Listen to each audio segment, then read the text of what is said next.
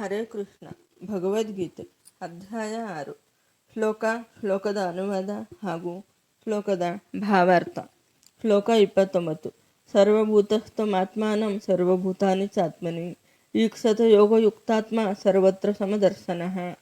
ಅನುವಾದ: ನಿಜವಾದ ಯೋಗಿಯು ಎಲ್ಲ ಜೀವಿಗಳಲ್ಲಿಯೂ ನನ್ನನ್ನು ಕಾಣುತ್ತಾನೆ ಮತ್ತು ನನ್ನಲ್ಲಿ ಎಲ್ಲ ಜೀವಿಗಳನ್ನು ಕಾಣುತ್ತಾನೆ.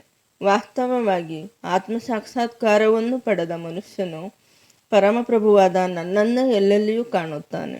ಭಾವಾರ್ಥ: ಕೃಷ್ಣ ಪ್ರಜ್ಞೆ ಇರುವ ಯೋಗಿಯು ಪರಿಪೂರ್ಣ ದ್ರಷ್ಟಾರನು, ಏಕೆಂದರೆ ಅವನು ಪರಮಪ್ರಭುವಾದ ಕೃಷ್ಣನು ಪರಮಾತ್ಮನಾಗಿ ಎಲ್ಲರ ಹೃದಯಗಳಲ್ಲಿ ನೆಲೆಸಿರುವುದನ್ನು ಕಾಣುತ್ತಾನೆ. ಈಶ್ವರ ಸರ್ವಭೂತಾನಾಂ ಹೃದಯೇರ್ಜುನ ತಿಷ್ಠತಿ. ಭಗವಂತನು ತನ್ನ ಪರಮಾತ್ಮ ರೂಪದಲ್ಲಿ ಒಂದು ನಾಯಿಯ ಹೃದಯದಲ್ಲಿಯೋ ಒಬ್ಬ ಬ್ರಾಹ್ಮಣನ ಹೃದಯದಲ್ಲಿಯೋ ನೆಲೆಸಿರುತ್ತಾನೆ. ಪರಿಪೂರ್ಣ ಯೋಗಿಗೆ ಭಗವಂತನು ನಿರಂತರವಾಗಿ ಅಲೌಕಿಕನಾದವನು ಮತ್ತು ನಾಯಿಯಲ್ಲಾಗಲಿ ಬ್ರಾಹ್ಮಣನಲ್ಲಾಗಲಿ ಇರುವುದರಿಂದ ಅವನು ಭೌತಿಕವಾಗಿ ಬಾಧಿತನಾಗುವುದಿಲ್ಲ ಎನ್ನುವುದು ತಿಳಿದಿರುತ್ತದೆ. ಇದು ಭಗವಂತನ ಪರಮ ತಾಟಸ್ಥ್ಯ.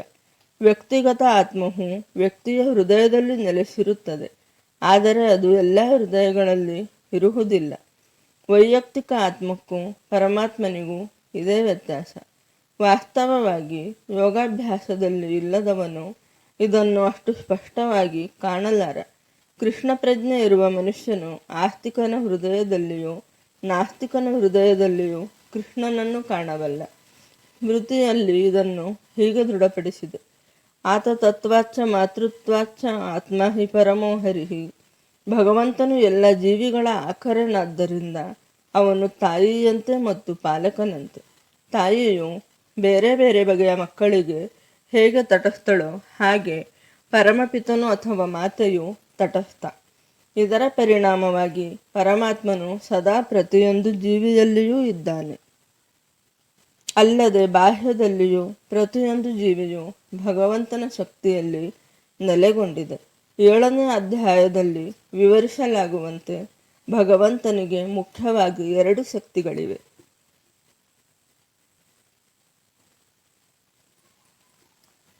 ಆಧ್ಯಾತ್ಮಿಕವಾದ ಮತ್ತು ಐಹಿಕವಾದ ಶಕ್ತಿಗಳು. ಜೀವಿಯು ಶ್ರೇಷ್ಠ ಶಕ್ತಿಯ ಭಾಗವಾದರೂ ಕೆಳಮಟ್ಟದ ಶಕ್ತಿಯಿಂದ ಬದ್ಧನಾಗಿದ್ದಾನೆ.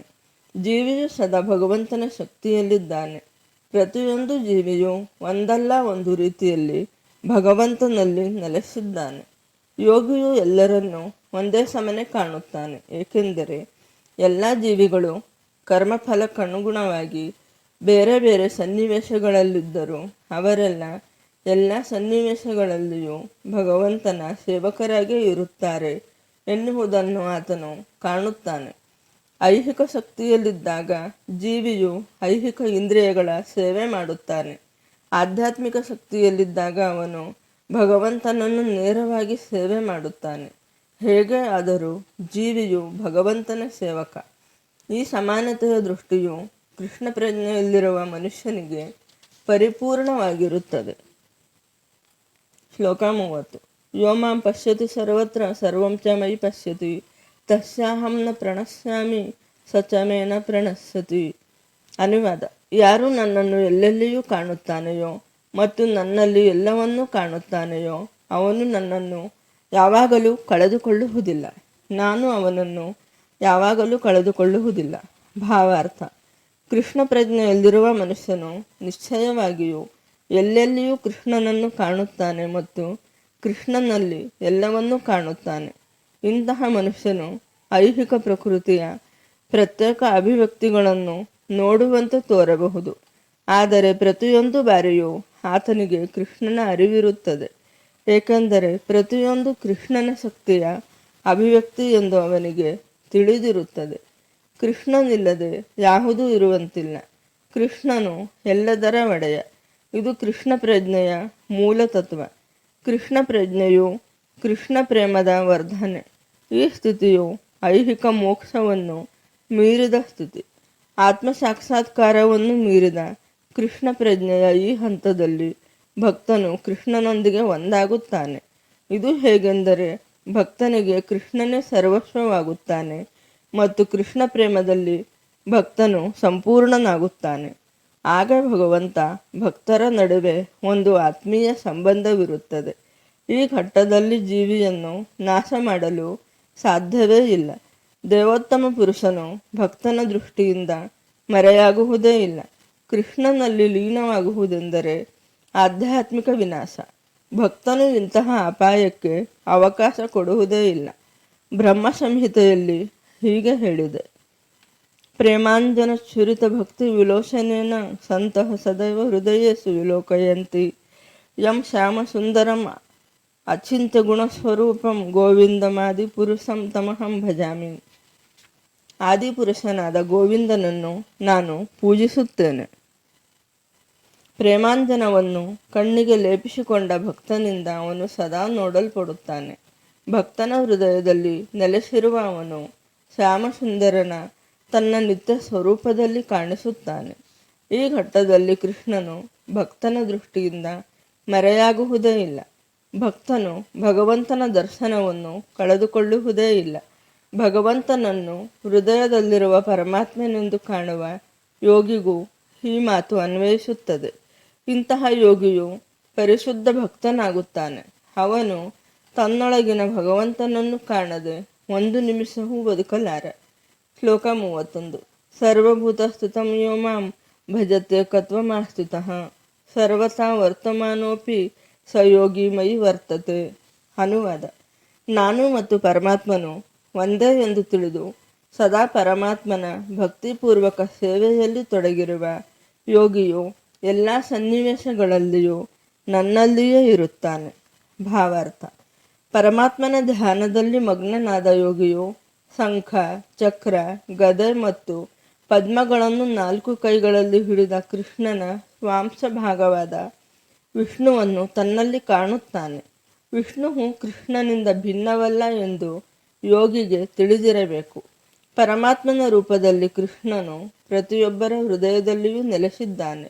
ಅಲ್ಲದೆ ಜೀವಿಗಳ ಅಸಂಖ್ಯಾತ ಹೃದಯಗಳಲ್ಲಿ ಇರುವ ಅಸಂಖ್ಯಾತ ಪರಮಾತ್ಮರಲ್ಲಿ ವ್ಯತ್ಯಾಸವಿಲ್ಲ. ಸದಾ ಕೃಷ್ಣನ ದಿವ್ಯ ಪ್ರೇಮ ಸೇವೆಯಲ್ಲಿ ತೊಡಗಿರುವ ಕೃಷ್ಣ ಪ್ರಜ್ಞೆ ಇರುವ ಮನುಷ್ಯನಿಗೂ ಪರಮಾತ್ಮನ ಧ್ಯಾನದಲ್ಲಿ ತೊಡಗಿರುವ ಪರಿಪೂರ್ಣ ಯೋಗಿಗೂ ವ್ಯತ್ಯಾಸವಿಲ್ಲ.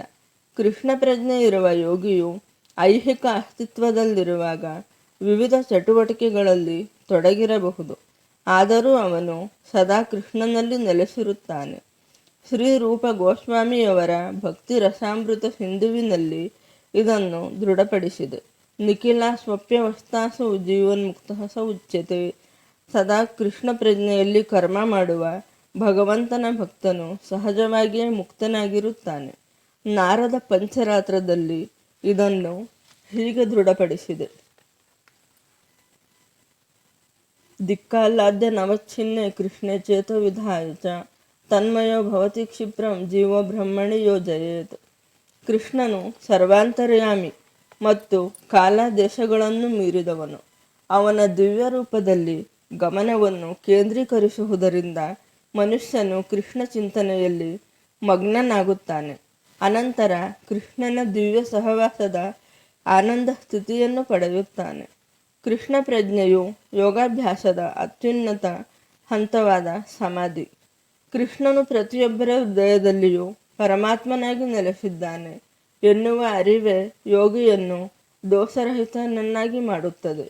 ಭಗವಂತನ ಈ ಗ್ರಹಿಕೆಗೆ ಮೀರಿದ ಶಕ್ತಿಯನ್ನು ವೇದಗಳು ಹೀಗೆ ದೃಢಪಡಿಸುತ್ತವೆ: ಏಕೋಪಿ ಸನ್ ಬಹುಧಾ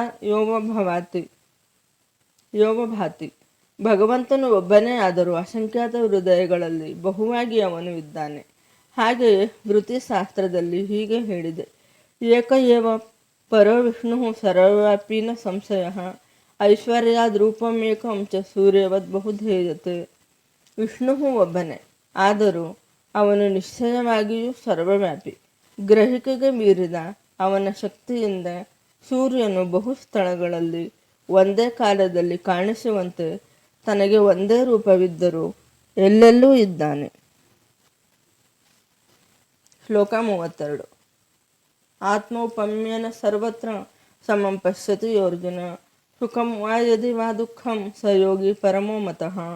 ಅನುವಾದ: ಅರ್ಜುನ, ಎಲ್ಲ ಜೀವಿಗಳನ್ನು ತನ್ನೊಡನೆ ಹೋಲಿಸಿಕೊಂಡು ಅವರ ಸುಖ ದುಃಖಗಳಲ್ಲಿ ನಿಜವಾಗಿ ಯಾರು ಸಮತ್ವವನ್ನು ಕಾಣುವನೋ ಅವನೇ ಪರಿಪೂರ್ಣ ಯೋಗಿ. ಭಾವಾರ್ಥ: ಕೃಷ್ಣ ಪ್ರಜ್ಞೆಯಲ್ಲಿ ಇರುವವನು ಪರಿಪೂರ್ಣ ಯೋಗಿ. ತನ್ನ ವೈಯಕ್ತಿಕ ಅನುಭವದಿಂದಾಗಿ ಅವನಿಗೆ ಪ್ರತಿಯೊಬ್ಬರ ಸುಖ ಮತ್ತು ದುಃಖದ ಅರಿವಿದೆ. ಜೀವಿಯ ಯಾತನೆಯ ಕಾರಣವೆಂದರೆ ಭಗವಂತನೊಡನೆ ತನ್ನ ಬಾಂಧವ್ಯವನ್ನು ಮರೆತಿರುವುದು.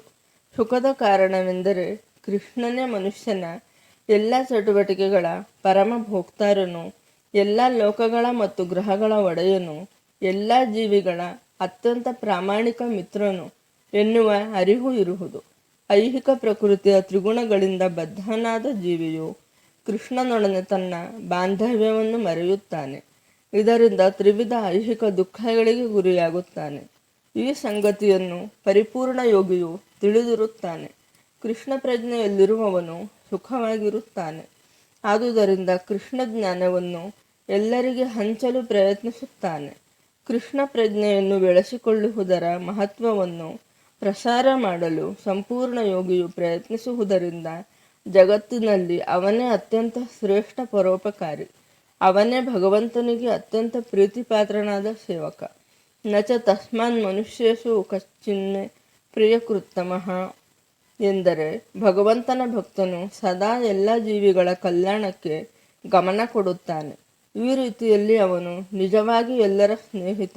ಅವನು ಯೋಗದಲ್ಲಿ ಪರಿಪೂರ್ಣತೆಯನ್ನು ಬಯಸುವುದು ವೈಯಕ್ತಿಕ ಲಾಭಕ್ಕಾಗಿ ಅಲ್ಲ, ಇತರರಿಗೆ ನೆರವಾಗಲು ಪ್ರಯತ್ನಿಸುತ್ತಾನೆ. ಆದ್ದರಿಂದ ಅವನು ಶ್ರೇಷ್ಠ ಯೋಗಿ. ಆತನಿಗೆ ಸಹಜೀವಿಗಳಲ್ಲಿ ಅಸೂಯೆ ಇಲ್ಲ. ಭಗವಂತನ ಪರಿಪೂರ್ಣ ಭಕ್ತನಿಗೂ ವೈಯಕ್ತಿಕ ಮೇಲ್ಮೆಯಲ್ಲಿ ಮಾತ್ರ ಆಸಕ್ತನಾದ ಯೋಗಿಗೂ ವ್ಯತ್ಯಾಸ ಇಲ್ಲಿದೆ.